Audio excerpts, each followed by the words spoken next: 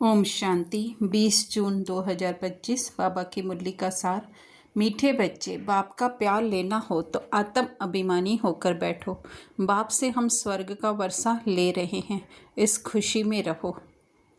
बाबा का प्यार तो सबके लिए होता है, लेकिन हम कितना रिसीव कर पाते हैं ना। जैसे कि घर पे अगर वाईफाई हो तो अगर उस एरिया के अंदर हम लोग होते हैं तो उसकी रेस को कैच कर सकते हैं। इसीलिए बाबा कहते हैं, बाबा स्वयं कौन है? सदैव उस विदेही स्थिति में स्थित हैं। तो अगर हमें भी उनका प्यार लेना हो तो अगर हम देह की बानों के साथ वहाँ बाबा के पास बैठेंगे इन द सेंस कि योग के लिए बैठेंगे या अपने विचारों से बैठेंगे, तो जो है उनका प्यार हम नहीं खींच पाएंगे, क्योंकि वो भी एक दीवार है। जैसे सूर्य के बीच में अगर दीवार आ जाए तो सूर्य की किरणें रिसीव नहीं कर सकते हैं।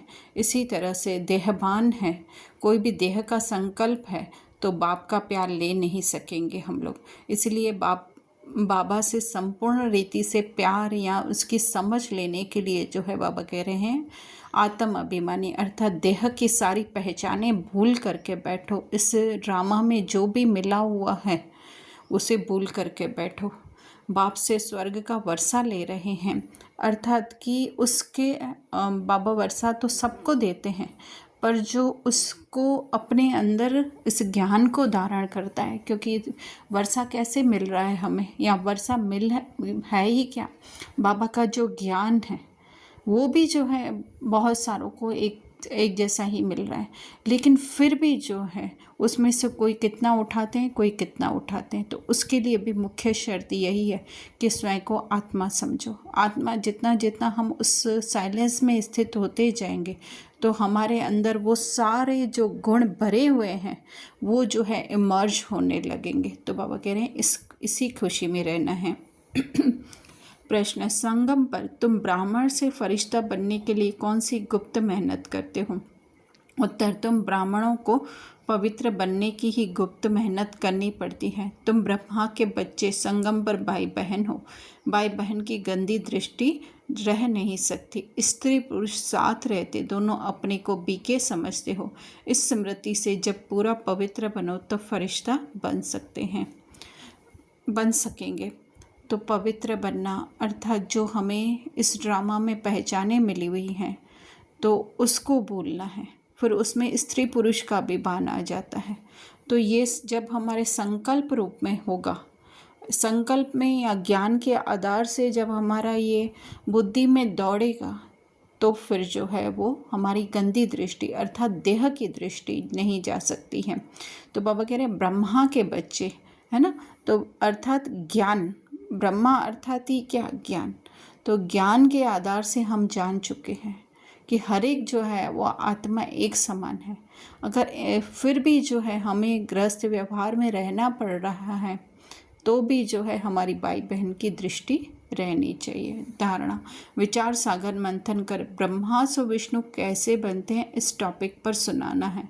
बुद्धि को ज्ञान मंथन में बिजी रखना है।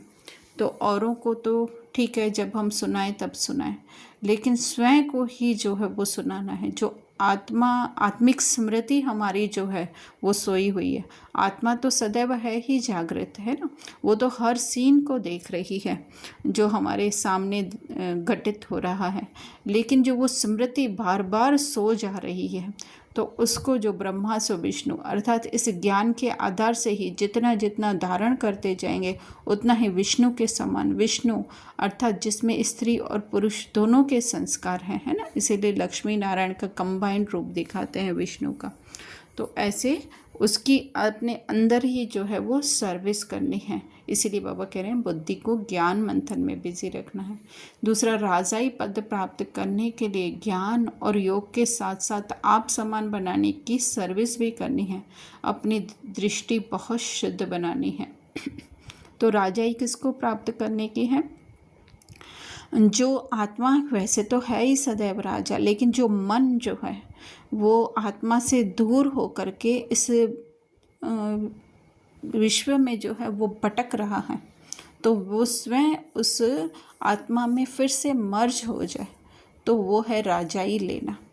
तो उसके लिए बाबा कह रहे हैं ज्ञान और योग के साथ साथ जो है वो आप समान बनाने की, अर्थात कि ज्ञान हमें मिल रहा है, बाबा से योग भी हम लगा रहे हैं, लेकिन आप समान बनने की सेवा अर्थात उसमें बार बार स्थित होना या अपने आप को बार बार रिमाइंड याद करवाना, वो जो है सेवा करनी है। दृष्टि बहुत शुद्ध अर्थात कि आत्मिक बाप समान स्थिति हम दृष्टि होनी चाहिए हमारी। जैसे बाबा सबको देखते हैं सिर्फ आत्मिक रूप में, बाकी तो ये जो भी चल रहा है उसको जो है बाबा एक ड्रामा के सीन की तरह देखते हैं, तो हमें भी उसी दृष्टि से देखना है। वरदान सर्व संबंधों का अनुभव एक बाप से करने वाले अथक और विघ्न विनाशक भव। तो सर्व संबंध, एक तो देह के तो संबंध होते ही हैं, लेकिन दूसरे जो है हम लोग विनाशी पदार्थों से, वस्तुओं से, वैभवों से भी जो है वो संबंध बना लेते हैं, अपनी इच्छाओं से भी संबंध बना लेते हैं। तो उनका जो है बाबा कह रहे हैं एक बाप से अनुभव हमें करने का है।